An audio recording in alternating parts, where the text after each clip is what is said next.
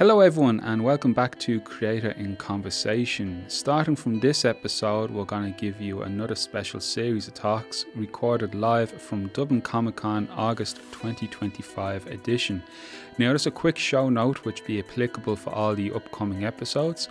This episode was recorded before a live audience in the Creator in Conversation /TASQ room at Dublin Comic Con, and as such the audio fidelity may alter, particularly when we take questions from the audience, because we only had one mic recorded from the phone at the top of the stage. But don't worry, you'll be able to still enjoy this Q&A and engage in conversation with all of our upcoming guests.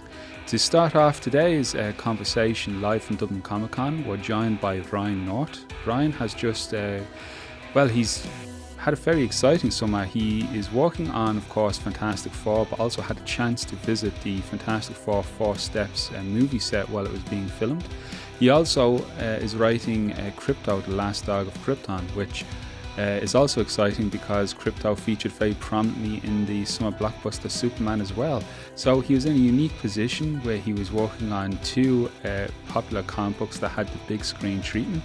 So it was great to touch base with Ryan and ask him what that was like and learn a little bit about his observations from the industry from whence he began to where we are today. And of course, he's very generous in taking questions from the audience. I think you'll find this to be a very engaging Q&A with Mr. Ryan North live at Dublin Comic Con. Hi everyone, thanks so much for popping in. We're probably going to have more people coming in here because literally the queue has not stopped today. And we are beside the photo booth, so we're getting bottleneck on bottleneck. So bear with us. We're going to get some people that come like days in the headlights. They open the door, walk in. So don't worry if anyone walks in randomly. Mr. Ryan North, me a fáilte to you, 100,000 welcomes, as we say. Thank you. Is this your first time in Ireland?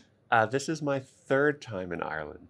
Oh, amazing. And where did you go the previous times? All times to Dublin. Oh, very good. Very nice. Yeah, I love it. I keep coming back. Do you have any particular spots then in Dublin that you've been enjoying since you've been I've here? seen different parts of it every time. Oh, very nice. The hotel has always been a different place I've been staying. Okay. So I've got to see different aspects of the city. Oh, wonderful. Do you take much in the way of the museums, I think, while you're here? Or are you more of just walks, scenic walks? I do a bit of both. Last time I was here, I went to the long room, the long hall. Is that what it's called? Yeah, down in Trinity, is it? Yeah, very nice. And I loved it so much. I came back, and with my wife this time, I'm like, we have to go to the long hall, the long room, I think it's called. Yeah. And it's still great. I think it's my favorite room in all the world. It's so classy. It's like a big empty library. It's great. I studied in Trinity myself. I was a history student, and there was the ongoing joke of Attack of the Clones had ripped off the design of the long room. That's what the Jedi library was kind of mapped onto. And the joke was they'd sue, but I think Trinity has since taken they love telling that story. It's actually in the tour now if you take it, so they've made more money off the claim that they've been robbed by Lucas in terms of likeness than if they had actually sued, I think, at this stage. And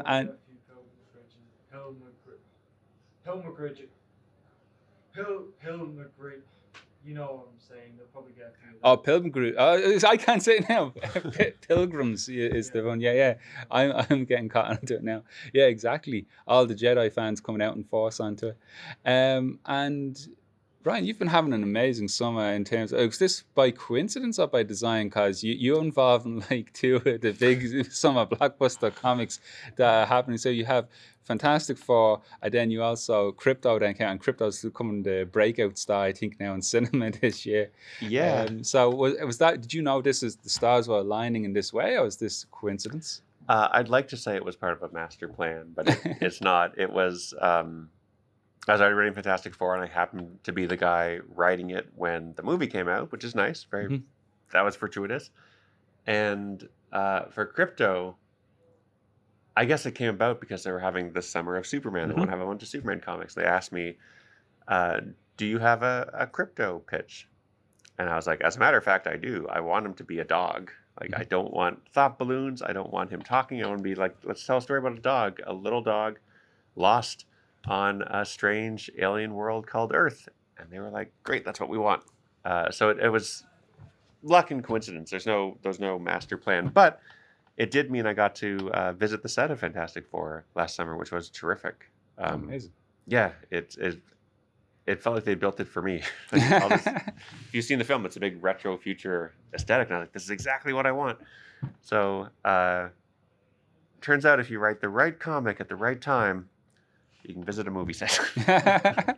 And was it surreal then when you saw the film after being on the set, or did you have kind of like an out of body, that's weird, I was there? It honestly, I wish there was so much on the set you didn't get to see. Oh, okay. Like, I remember looking at the Fantastic car, and inside they had all these physical switches to control things, and there was like a switch for flight and a switch for oil slicks, and it was so cool. And I'm a tech guy, and I wanted a shot in the movie that was just like slowly panning over all the switches in the Fantastic car, so you know how it works.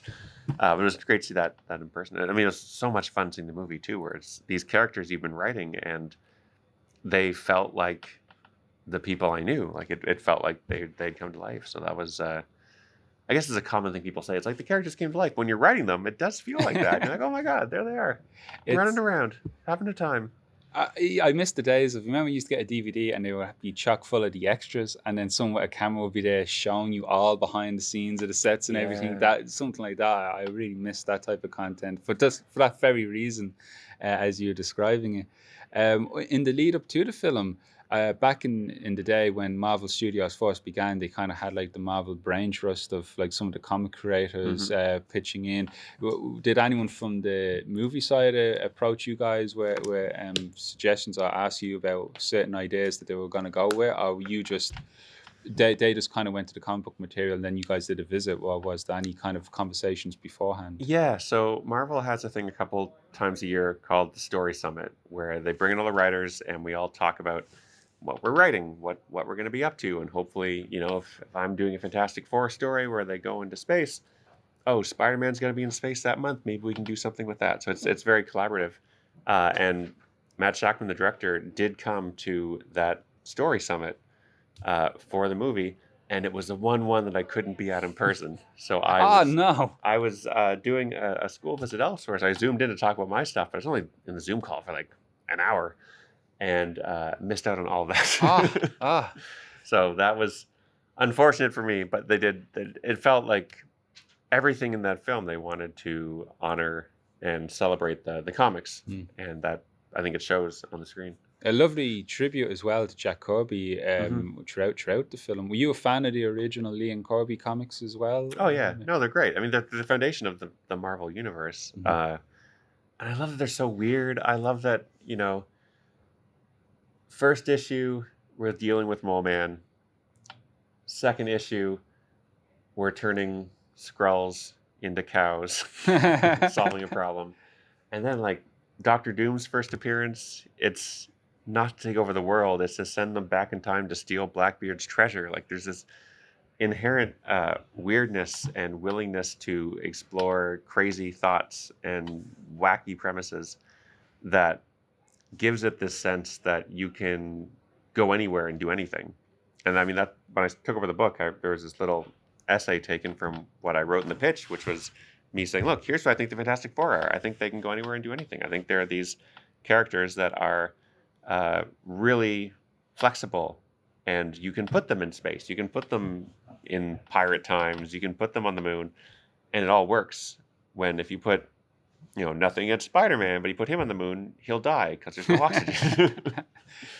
Yeah, first man to web swing on the moon. Yeah. So they're very flexible characters, and the greatest thing I can say for that is, like, I've been writing the book. There's 34 issues out. I've written another 10, 12 or so, and I'm still feel like I'm just scratching the surface of what you can do with these people, because you've got 9 main characters. They have all these crazy powers. There's all this stuff you can do. So it feels more limitless than a lot of other superheroes, I think. It's I remember listening to an interview. It was actually an interview with Dan Slott, who was referencing another interview with JMS, who had finished up Spider-Man prior to him. But JMS is saying, like, he never got to do an Electro story, I think it was, and he had that regret. And then Dan was like, "Oh well, when I get to Spider-Man, I'm going to do everything. I don't want to have that regret." And as you were saying, because you feel you're only scratching the surface, then like, do you have a bucket list then of what it is that you kind of want to do with the Fantastic Four, that you like, this is definitely what I want to hit, and then you have like, this is definitely, I won't leave this book until I've done this. Not exactly. I have a list of stories that aren't good yet. Oh, So okay. like premises that aren't yet stories, or things I'd like to explore, so that when I'm trying to think of what the next issue is, I'm not facing a blank sheet of paper. I've got things I can play with. But the challenge I have is that John Byrne wrote a story called Terror in a Tiny Town. Mm-hmm. So I don't know if you've read it. It's great. It opens, the first half of it is just Reed, Sue, Ben, and Johnny living normal lives.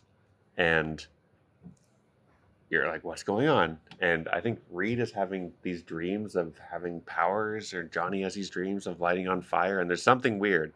And it takes full half the story for them to get suspicious, and then Reed cuts his arm open and he's a robot, and they're trying to figure out what's happening.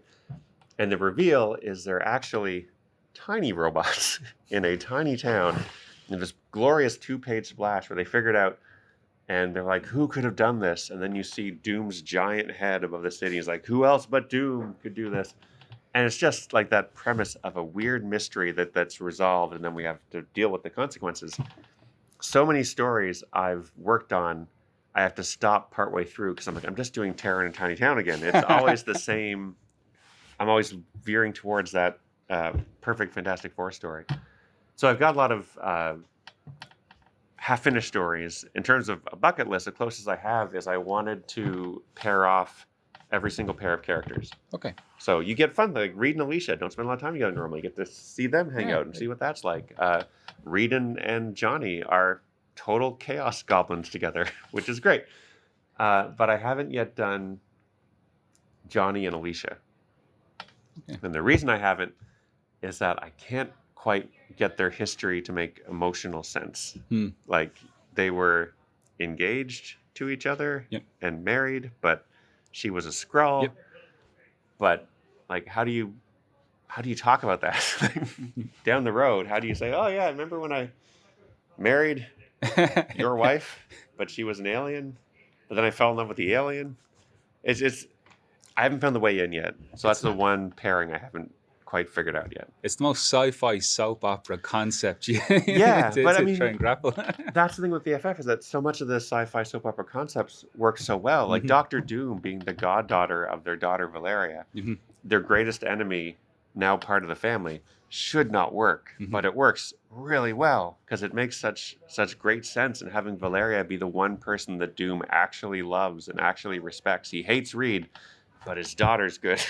Like, it's so dramatic and so operatic that it really works. But if you say it on paper, like, what if, their greatest enemy was the goddaughter of their child? You'd say that's silly. But then I remember before Harley Quinn came out, and they did what if Joker had a sidekick? You'd be like, that sounds horrible. Joker's great. He doesn't need a sidekick. And then you have this character who is better than the Joker. So it depends on how you do it, I think. Dr. Doom must be a really fun, like, challenging but engaging character to write for, because he's like, since if the FF is the cornerstone to Marvel, Dr. Doom in his first appearance, I think the FF didn't beat him. It was a stalemate or something, but he kind of, for the first few appearances, he was undefeated. It was kind of like always to a stalemate. And now it seems the studio, the movie side, are gonna start to set a new Doom foundation as well with the Doomsday film that they're working on. What's the appeal of the Doctor Doom character for you? Do you like the science, the magic, or just the general villainy of it all? I mean, before I wrote Fantastic Four, I wrote a book called How to Take Over the World, and in that introduction, I was talking about Doctor Doom. I was saying, this guy's great. This guy's a perfect supervillain. He's science. He's got magic. He dresses up like a scary robot in a cape. Like, everything works with him. But the challenge with writing Doom is that you can't punch him until he goes away. Like, that's not going to work. Whenever he loses, he he still extracts something of value that the Fantastic Four didn't want to give up. Like even when he loses, he wins. And so when you're writing a Doom story, the first one I did with issue 7, it took me a month just to figure out like how do we finish this story? How does he extract something? Because you can't just punch him. He has to take something they don't want to give up. But the fun of writing him is that he is a man who's never said in his life. Like everything he says is a speech. Everything he says is oratory. And so when you're writing, Johnny Storm, you can't write with that level of locution, but you're writing Doom, you get to bring out the big guns and use weird sentence structure and all this stuff that you couldn't do with a regular person, but you can with Doom because he, talks in the third person and it doesn't read as camp, it reads as scary. He's really a remarkable character. Yeah, no, it's great. Just the Doom FF dynamic, as you said, it's where else would you get it? Only in comics, which is like a lot of people think with comics, it is a visual medium, and of course you're limited only by your imagination in some regards, but also the story concepts, the longevity and the timelines you have to deal with. There's so much more you can achieve than if it was made for TV or any other medium. You just can't connect the dots in the same way. That's the thing. Marvel's got 60 years of continuity, and so I have these relationships that go back longer than I've been alive. And there's so much to dig on there. And Doom and Reed have had this rivalry for 60 years. In real life, it's short in story time, but it's rich and it's really satisfying. Did you have a chance to speak with many of the previous writers on Fantastic Four when you stepped into the role? You mentioned there are conferences and such, but maybe just you mentioned like some of John Byrne's stuff. Have you ever had a chance to pass? No. And I wouldn't have, even if given the well, maybe I would have. I don't know. It's. Mm-hmm. As an example, I've written some Star Trek comics, and I'm a guy who likes Star Trek. I've seen all the Star Treks, got them all. So when they asked me to write a comic, I was like, no problem. I love Star Trek. I got this. No big deal. And then I discovered it was actually really, really hard to write because every time I thought of a story, I'd be like, well, I can't do this because it's something that Spock said in 1969. I can't do this because something that Geordi said in 1992. And when you're trying to think of a new story and you've got, 50 years of other stories there, and you've internalized them all, it felt like there were these roadblocks everywhere. And so with Fantastic Four, I didn't have a pitch when they asked if I wanted to write. I had to go and think about it. Okay. And so I read a bunch more comics, but if I was talking to, Mark Waid or Dan Slaughter, the others, at that point, it would feel like the wrong move because I'd be too close. I need to have a little bit of distance. And that the whole story of the run was that, like, I'm not going to out Hickman. I'm not going to out Wade. I'm not going to out Slot. Like, you need to go in a different direction. They'd all done these larger epics. So I thought, let's do little standalone stories that we haven't done for a while to sort of treat it like a short story sci-fi anthology. No, that's brilliant. That's something that was long missed in comics, I found, where it was everyone seems to be in writing for the trade, which, you understand it will be eventually collected, but the Silver Age, you could pick up an old Superman comic and be like the 3-part novel, and it's like you get everything contained into it, the stories. I sure missed that. What's your favorite period within comics? Like, are you more Silver Age, Bronze, or did you never just settle? You just enjoy a comic as a comic? I like it all about it. The earliest stuff, like you look at the first 20 or so Superman comics. There's so much there that is in flux, and you can see where it's going to go, but you'll see the directions it could have gone. The first Batman stories where, like, he kills a guy. He's like, it's a fitting end for his guy. And you're like, wow, Batman, you're a murderer. There's so much personality in those early works because you didn't have people worried about the brand. You had people being like, this is a disposable product that will be read for a month and then forgotten by the children who read it. And so there's all this freedom from expectation. And I think that's really interesting. So I mean, obviously I like modern stuff too, but it's all over the place. Like it's all good. It's all comics. Comics are great. Yeah. Have you found yourself going back and reading any of the old comics, particularly with Krypto? It's funny because I've been working on a project with David Barry, whose father, Cy Barry, I know because the Phantom, he's one of the most renowned artists on the Phantom strip. He inked the first Krypto story, and I think he had a hand in the co-creation. Same for Rex the Superdog. Mm-hmm. So we were talking about, obviously, with the new film that came up. So Krypto's been more on my line of vision than normal with everything. But he's such a product of the Silver Age. Have you found yourself going back, reading some of those stories just to get a sense of, as you were saying, those initial beats? Because I think first he was introduced, they didn't intend for him to stay. No, it's just a one-issue thing. And then everyone went, we love a super dog.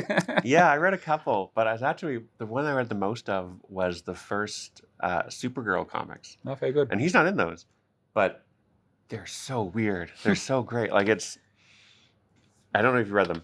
The basic premise is Supergirl shows up on Earth and Superman's like, what are you doing here? And she's like, let me tell you my strange secret origin. And so Krypton explodes, but there's a big chunk of Krypton that all these people are on. And the explosion makes kryptonite radioactive. But this chunk of land also had a lead mine or a lead factory on it. And so they roll out giant sheets of lead on the ground that now protects them from the kryptonite. And they're fine. And they're just spending their lives on this planet. Eventually they get bored and they're like, oh, well, Kara, go visit your cousin on Earth that we saw with our super telescopes. So they send her there. She shows up and Superman's like, well, this has to be a secret. I don't want anyone to know, so I'm going to send you to an orphanage. Put on this wig. Have a secret identity just like me. Tell no one. See you later. Bye. And then they're trying to do Superman as a girl in an orphanage. And so she's got her own version of Lois Lane, who's convinced that Supergirl, this orphan, is actually Supergirl and trying to prove it all the time. It's wild, but really fun. It is. And it also sounds like Superman's trying to protect his brand in the early days. No. There's only one. He's only one not Superman. nice to her. He's really mean. It is curious though, but I suppose at that stage, like, what would have been Superman as a character? He would have been what, in his 20s? Because now I find the character of Superman, now that they've made him a father and everything, it kind of works. The old gee shucks kind of element kind of works better as a paternal figure. I think since Tomasi and Gleason's run, it's extended new life to it by revisiting old tropes, but now as a parent, it just clicks more, I think, with the audience. But back then, I think there was a real, I think it was E. Nelson Bridwell or maybe Julius Schwartz, some Superman can't be 30 because he's always 29, forever 29 at the oldest is what they said. Because so once you're 30, no kid trusts anyone out at 30 over, they said. Yeah. Crazy editorial decisions like that. And did you see the new Superman film as well? I did. Yeah. Did you enjoy it? I did. I saw it. It was the first time in one of those movie chairs that knocks you around. Oh, the 40X? Yeah. Oh, deadly. And so, Superman gets punched to the right and my chair slams to the right. And I was like, this is great. I went with my wife and my father and they were like, this is horrible. We hate these chairs. I'm a simple man. I like a chair that knocks me around. So chairs aside, I thought it was great. I loved to see him get to be a hero. I loved that it was in this superhero universe where they just drop you in. Mm-hmm. And if you don't know who Hawkgirl is, you don't need to know her. You know she's the powers of the Hawk and the powers of a girl together at last. So I had a great time with it. And of course, Krypto, I liked that he was, again, a dog. He didn't talk. He didn't hear his thoughts. He got to be this cute little guy running around being mischievous. There's a scene when they're on the farm and he sniffs the cow. I was like, that's such like you forget it's CG. It's like that's such a dog thing to see, to witness. Yeah. Do you have pets yourself? Do you have a dog yourself? I did. I had my dog Chomsky for wonderful 12 years. He passed away about 4 or 5 years ago. He was great, and a lot of the dog stuff in Krypto comes from spending 12 years with a dog, and you get to know each other, and you. What made me so confident about doing Krypto as a silent protagonist who doesn't speak was that I didn't need to speak to Chomsky to know what he was feeling. They're so expressive. The way their eyes, their ears, their tail, their whole body language tells you exactly what they're thinking. So you have an artist who can draw dogs, which we do. Mike's great. you don't need to have Krypto be like, I'm angry or I'm sad, because he tells you that. It's you hit upon a really interesting point, because I teach interactive storytelling and games development, some of the modules, and what we point out is to play is a form of nonverbal communication achievable through interspecies, because you communicate with your pet. Like if you play fetch, they're learning to retrieve and understand the action. I mean, you think about it, it's incredible. It's like, yeah, as you said, nothing's being spoken, it's nonverbal, but communication and understanding is still taking place. It's one of the most fundamental experiences we have as any species on this planet, as the form of play. In terms of when you're processing writing a story, how do you go about tackling it? You were saying that you have a few premise and ideas, but when you want to flesh it out, are you someone who maybe dictates, or you jot down an idea, or do you do spider diagram, anything like that, or do you go straight into script once you have an idea? You walk from the script out. How do you? The first comic I wrote for someone else to draw, Adventure Time #1, I would just go to script. Okay. And that's not smart, because those comics were 22 pages and they had to be 22 pages. And if I reach page 18 without a story, that's a problem. It's not as bad as when you reach page 22 and you've still got 3 pages of story to fit in. So I started realizing, you know what, outlining might have some use. So I go for a lot of walks. What I do is I put on a headphone speaker set, like headphones with a mic. So I look like I am an important businessman on important calls. What I'm actually doing is talking to myself, because it gives me the excuse to not worry about it. And I'll be trying to figure out character voices or trying to figure out the story. Often when I'm trying to think of something, I always start with plot. I have a bunch of stuff that happens. It's not a story. It's literally a bunch of stuff that happens. And if the stuff that happens is cool enough, then you can be like, right, well, who is this happening to? Why are we doing it? Like, who are these people? But once I have all that, the part I actually enjoy the most is the writing of it, doing the dialogue, like getting the voices down. But it's a lot of come up with a paragraph for the story, expand that out to a page. Your outline's going to be a page for every issue. Then run the issue, I take that outline, expand out to the 20 or 22 pages. So it's always just a concept of like building on this foundation of your little paragraph summary. So I was going to say it's a lot of work, which it is, but it's also like, it's fun. It's not like, oh boy, oh God, I have to go write today. I'm happy that I get to do that. But my process is, staring at the walls. If I get stuck, going for a walk, talking to myself. It's all extremely cool. It's not as easy as just picking up a jar off a shelf, and going, here's an idea, It's well, I mean, to balance, I do have those list of unfinished ideas. And it's funny because my webcomic I started writing in 2003 with Dinosaur Comics had the same thing, giant text file of different snippets of dialogue, different ideas.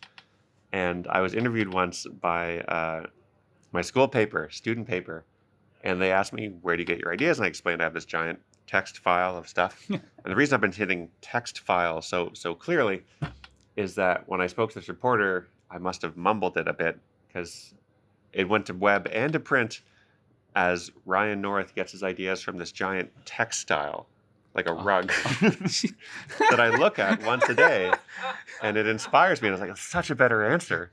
I just have a really inspiring rug. Oh my God. Yeah. So a giant textile is where all my ideas come from. I'm going to get a rug for display here for the next DCC and say, right, no, it's textile. Yeah. And the editor was like, makes sense. Ship it. Send it to print. Yeah, you got to wonder, no one questioned that, really. Giant textile. That's amazing. And you mentioned like webcomics and digital. It seems so much more now people are accessing comics online in a digital format thanks to the smartphone. You can scroll and read as you go. It makes I think the kind of the age ghettoization of comics being just for kids, it's kind of eroded a lot with the popularity of films, but still some people might be more hesitant to actually take out the stigma of reading a comic in public. But with a smartphone or a tablet, no one's going to know what you're reading anyway, so people are more comfortable reading it.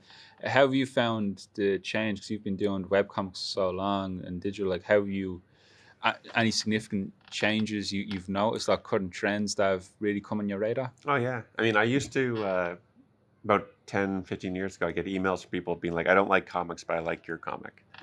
And I'd be like, surprised you like comics. Because this was before when webcomics just starting out. If you didn't read comics, you didn't go into a specialty store to buy them, it'd be very hard to access them. And so you would just assume you don't like them. And maybe if you don't like superhero stuff, you'd assume, well, that's all there is. So I don't like comics. They're not for me. But comics can be anything. They're a medium, not a genre. So people, I think that's what they were saying. Like, I thought comics weren't for me, but I like this. And there's more to it than that.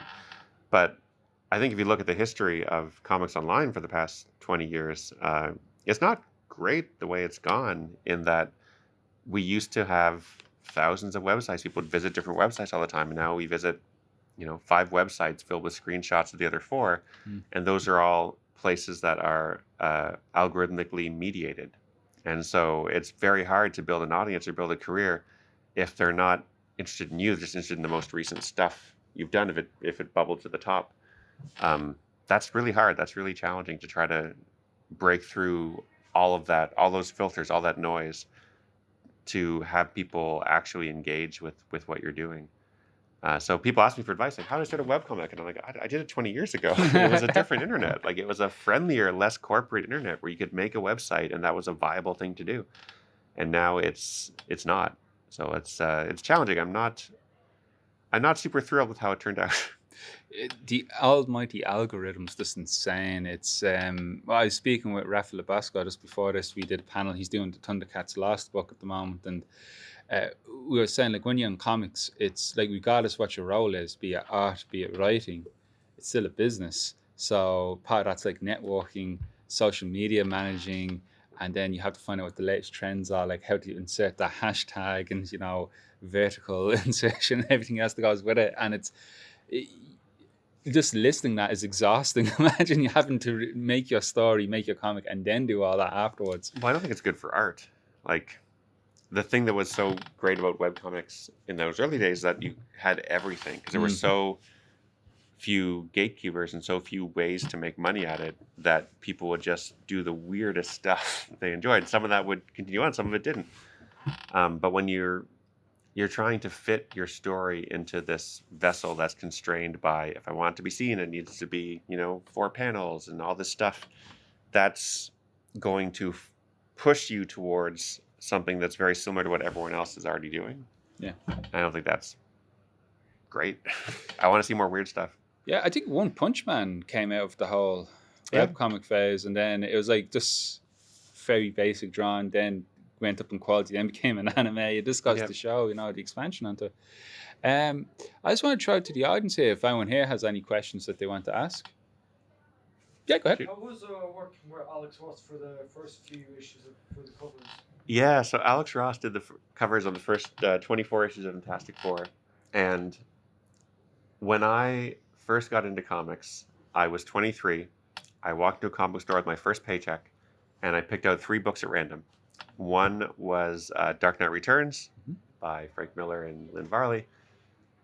The other was Superman Peace on Earth by Alex Ross and Paul Dini. And the third one was really bad, and I forget what it was. But I was like, 3 books at random, and 2 were great. Like, those are 2 objectively great books. This is amazing. So I've been a fan of Alex Ross literally the whole time I've been reading comics. And I didn't know he was doing covers until the book was announced with his cover on it. And I was like, oh my God, Alex Ross is doing covers. How does this work? Like, do I tell Alex what to paint once a month? And the other was like, yes, Ryan, that is the job. Give Alex ideas for what to paint. And so for 2 years, very surreally, part of my job was interfacing with Alex Ross. And I remember issue 5, in the comic that issue, the characters get rotated through 4-dimensional space. And I said, well, let's show that on the cover. Let's see them being distorted through 4-dimensional space. And I sent a couple of videos of like simple platonic solids being moved through a 4-dimensional lens. And Alex wrote back and he's like, I watched these videos. I'm not sure I'm doing it right. How are these sketches? And he had, I think, 2 different sketches for the covers, and both of them were amazing. And he was like, am I doing this right? And I was like, Alex, I ask you to rotate 3-dimensional people through 4-dimensional space in a 2-dimensional medium. I literally asked for the impossible. Like, this is this is an impossible brief. You nailed it, buddy. It's terrific. So the short answer is it's been very surreal because he is someone who, to me, encapsulates what comics can be, and I never expected to get to work with him, and then suddenly it was like, oh, didn't we tell you? Yeah, you're working with him. So really cool, very surreal. Did you get to keep one? No. The other fun part is that in the run I gave Johnny this mustache. Mm-hmm. Great mustache, controversial mustache. Alex Ross does not like the mustache. And so for 2 years, whenever Johnny was on the cover, he was either flamed on, so you couldn't see it, or he had his head turned away. I think volume 4 has the Metamind giant brain over the city. People are running, and the TASQ are in front of this mob running away, and he's looking back to the mob, so you can't see the mustache. He refused to paint that mustache. And I admire the certainty to be like, nope, I will never paint this mustache. No matter what you do, I'm just going to flame him on. You'll never see it. Gotta give him points of creativity. Yeah, that's great. That's wonderful. Thanks so much for the question. Did you ever just consider shaving off that and just did Alex? The thing is, whenever Alex draws the characters, he normally draws the classic outfits. Yep. Does he ever get to say, hey, can I have the classic costume please, if I'm drawing covers? I think he could, but he actually designed the costumes for my run. So he has to paint them. He came up with them. And they look the best under his hand because he gets the iridescent finish on them.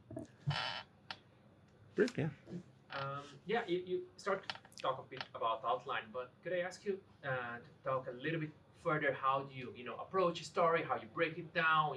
What the important bits for you when you're writing? Yeah. So going from completely cold, someone would say, Ryan, do you have a pitch for Squirrel Girl?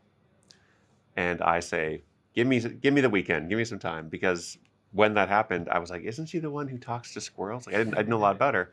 And so step 1 is to read. I read all the Squirrel Girl comics. There were like 12. It wasn't a big ask. And then the step 2 is to figure out, like, what do I care about this person? Why do I care about this person? What's interesting about them for me? And that's the going for walks. That's the, well, what if she did this? What if she did that? What if she was an English major? What if she was a computer science major? All the speculation parts. So you find something that you're like, that's cool. I like that. I want to explore that more. And then you start thinking of a story that kind of highlights what you think is interesting about her. It doesn't always work. I've been asked to pitch on stuff before. Early on in my career, I was asked to pitch on a book at DC. I won't say which one, but I wrote back and I was like, I don't have an idea for this guy. I'm sorry. I have no pitches for this person. Not to say your character is bad. I just don't have an idea just yet. And it doesn't feel great to send that email because part of your job is to be like, give me a character. I'll tell you an amazing story. But I didn't want to send in something that was bad. Like, I never want to be writing something that I don't believe in or that I don't think is interesting, because then it becomes work. Like, if you're not excited to tell this story, then you're just like, all right, I guess I have to fill up 20 pages. Here we go. Like, it becomes a chore. So it's iterative. It's building up from a simpler idea to a more complex thing. And also when you're finally writing the issue and writing that script, it can change too, where you realize this plot beat I had actually doesn't work. I've got to come up with something better. Like, if it feels fake when you're writing it, it'll feel fake when it's being read. So the thing I like most about writing is that it is partially a job of keeping yourself entertained when you're doing it and being like, this is cool. I'm proud of it. I think people will react in the same way. It's also deeply embarrassing. Like, I write a lot of comedy, and so whenever I was writing comedy, I have to write it alone. It's the only way I know to write comedy is to sit there and try to make myself laugh. And just find that in an empty room, but like in a coffee shop. I don't want to be the guy who's like, literally laughing at his own jokes in public. So embarrassing. So I write where no one can see me, and that helps. And then it gets published around the world, and you're like, oh. Brilliant. Thanks so much for the question. Someone else have a question? Yeah, go ahead. So, correct me if I'm wrong, because my memory sucks. You wrote Power Pack, Yes.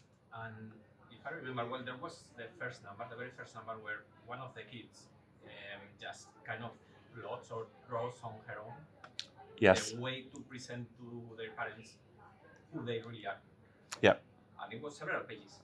So this design, did it came from you or from the penciler, or and what was the, I don't know. Yeah, I wanted to have a page of comics drawn by a child to make it feel like these are actual children.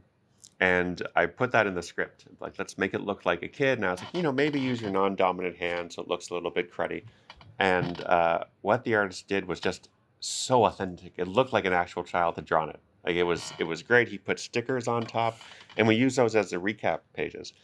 And I was so impressed with how that turned out that we end up using it every page, every issue, because it just felt like it looked like a child had drawn a comic. And part of what I think makes comics sometimes feel inaccessible is people think they can't do it. Like, I need to be an artist. I'm not an artist. It's really hard. And, I started with clip art, but you can just draw a cross on a page. You've got 4 panels, and then you've got these stick figures in crayon telling you a story. And to see that something at that level of, unprofessionalness can be evocative and can make you be like, oh, that's cool. I hope it makes people think that it demystifies it a bit. Yeah. When you're beginning a story and planning out the ideas, do you already start mapping out the end, or do you just kind of let that develop as it goes along? Yeah, it depends on the story. Sometimes I'll have a cool end, and I'll be like, how can we get here? Very rarely, though. Usually it's a cool premise. It's, what if people were rotated through 4-dimensional space? What comes from that? Turns out they couldn't digest food. Great. So now they're starving. And how do they solve this problem? What are the repercussions of that? What if it was bacteria that did that? It could spread across the world and collapse the food chain. So you start to see the shape of something you can do with these little disparate pieces of information. But like I was saying, it usually just starts out as just a bunch of stuff. Like, they get rotated through 4-dimensional space. They can't digest food. They realize they're going to die. They solve that. Bacteria gets out. They'll solve that in some way. The end. But that's not a story. That's just a bunch of stuff that happens. And so you have to expand that out and put characters in it. And what are they doing and why? How do they feel about it? I wish I had more like a step 1, step 2, step 3 thing, but it's really writing and rewriting in different ways the outline of the story until you see it in your head and you're like, oh yeah, I think I care about this now. There's a reason to read this. I remember being in high school and my writing teacher being like, theme, what's the theme? You got to start with the theme, and thinking that that's what writers did. Like, this is a story about how you should, I don't know, what's a good theme? Don't litter? That's not a theme. I know. What's crazy is I was literally about to say don't litter. And That's I was not a insane. theme. I was like, environment. The theme is humanities, inhumanity to humanity, whatever it is. I often discover what the story is about as I'm writing it, which is dangerous when you're doing serialization, like one story a month, because you're on issue 4 at the end. You realize, I wish I set this up better in issue 1. So I try to write ahead so I've got the full thing in front of me. Then when I say, this is actually a story about Ben and Alicia's relationship, and it's about trust, then once you've clarified that to yourself, you can go back and highlight those aspects a little bit more earlier on. So it's kind of a magic trick in the sense that when people read a book, they think this is what the author intended, that they started on word 1, page 1, and wrote to the end, when really you kind of make your way through the story, and then you're like, oh, that's the story, and you go back and clean it up and make people think you knew what you were doing the whole time, when really you're exploring it as you go. Do you ever end up writing multiple outcomes and kind of choosing one that you prefer, or? At the outline stage, I have. In fact, I've gone back to look at some of them recently, and the endings are completely different than what was published. Because I'll send this outline and be like, here's the story, and they say great, and then when I'm writing it, I realize I've got a better idea. This is no good. We can get there. It's been rare that I'll have in front of me 2 options, A or B. Which should I do? But I have written some choose your own adventure style books where that is the literal deal. And it's fun there because you get to explore them both. And the real challenge when you're writing that is you need to know when to stop, because the end doesn't mean the end, it just means add some more nodes. So it's they're fun. I like writing them, but they're really challenging because you can just keep writing until you've got a 120,000 word story and you have to cut it down to 100,000 words, which is what happened. But they're also easy to edit because you can just take away one of the choices and the whole decision tree behind it goes away. So it's I guess to summarize, it's kind of like an exploratory process. Yeah, I don't start out with here's the right answer. It's I've got a premise I really like. Maybe I've got some characters I think are cool. Playing with that, thinking of where that could go. Can I end up someplace interesting? And if I do, then I'm like, all right, now connect these pieces, make it feel like it was always supposed to be this. Yeah, I wish I could say it more clearly. It's very exploratory, iterative. Brilliant. No, it's great. Anything else from Flo? Yeah.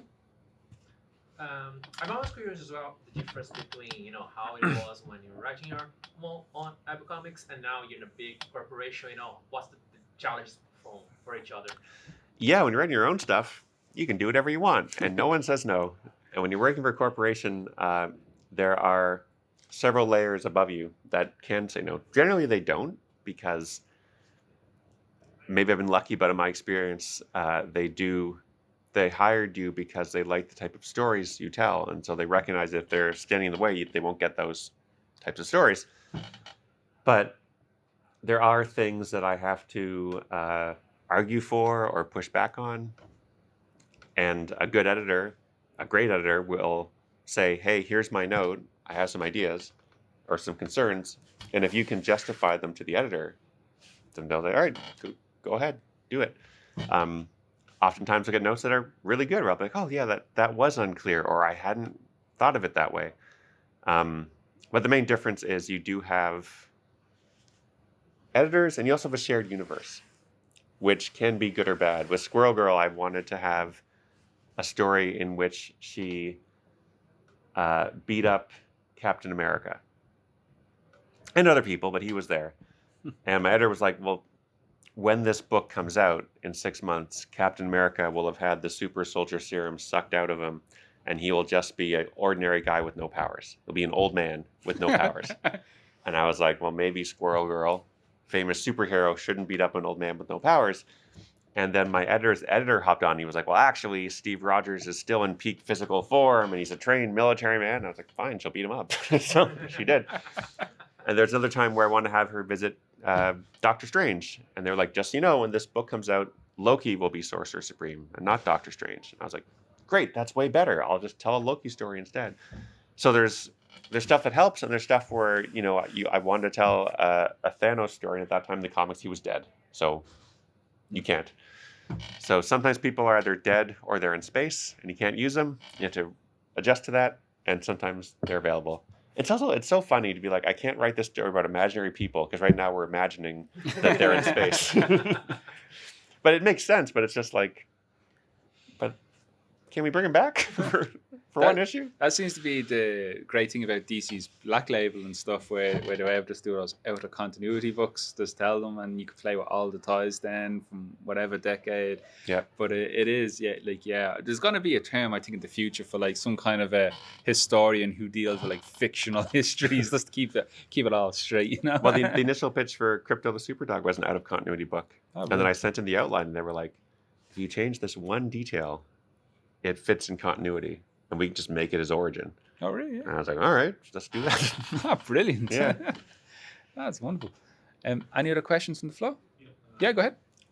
Just you mentioned about the shared universe, and I suppose especially when you're pitching it towards people who aren't in the industry, like say your friend wants to know where to read your book, or like if I want to start reading Fantastic Four, do I need to know everything else before that happens? It's kind of, and I think in some ways it can be quite daunting to kind of tell people that 100%. They might be genuinely interested in getting into comics, but it's hard for people to find that jumping on point. Yeah.